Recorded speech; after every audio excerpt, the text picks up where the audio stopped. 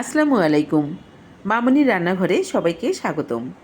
আজকে আপনাদের জন্য নিয়ে আসলাম উত্তরবঙ্গের একটি জনপ্রিয় খাবার, ডিম আলুর ডাল। প্রথমে ফ্রাই প্যানে লবণ আর হলুদ দিয়ে সিদ্ধ করা ডিমগুলো ভেজে নিচ্ছি। ডিমগুলো 4-5টা সমানভাবে ভেজে নিচ্ছি। ডিম ভাজা হলে এবার তুলে রাখবো। এরপর গরম তেলে দিয়ে দিচ্ছি হাফ কাপ পেঁয়াজ কুচি। পেঁয়াজ নাড়াচাড়া করে এর মধ্যে দিয়ে দিব 1 টেবিল চামচ আদা রসুন বাটা, হাফ চা চামচ হলুদ গুঁড়া, 1 চা চামচ মরিচ গুঁড়া, স্বাদ মতো লবণ আর 2 টেবিল চামচ টমেটো পেস্ট। মশলা ভালোভাবে নাড়াচাড়া করে ভেজে নিব। এরপর সামান্য পানি দিয়ে মশলা কষিয়ে এর মধ্যে দিয়ে দিব আগের থেকে সেদ্ধ করা আলু।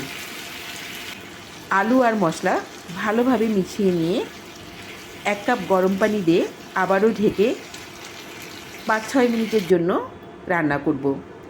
মাঝে মাঝে ঢাকনা খুলে নেড়ে দিব। 5-6 মিনিট পর ঢাকনা খুলে আলু ভালোভাবে কষিয়ে নিচ্ছি। আলু ভালোভাবে কষিয়ে নিতে হবে যেন কাঁচা গন্ধ না থাকে।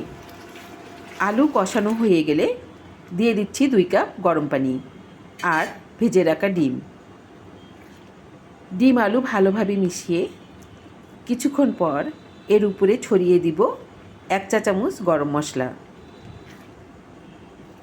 গরম মশলা মিশিয়ে আবারও ঢাকনা দিয়ে 2-3 মিনিটের জন্য চুলায় বসিয়ে রাখবো।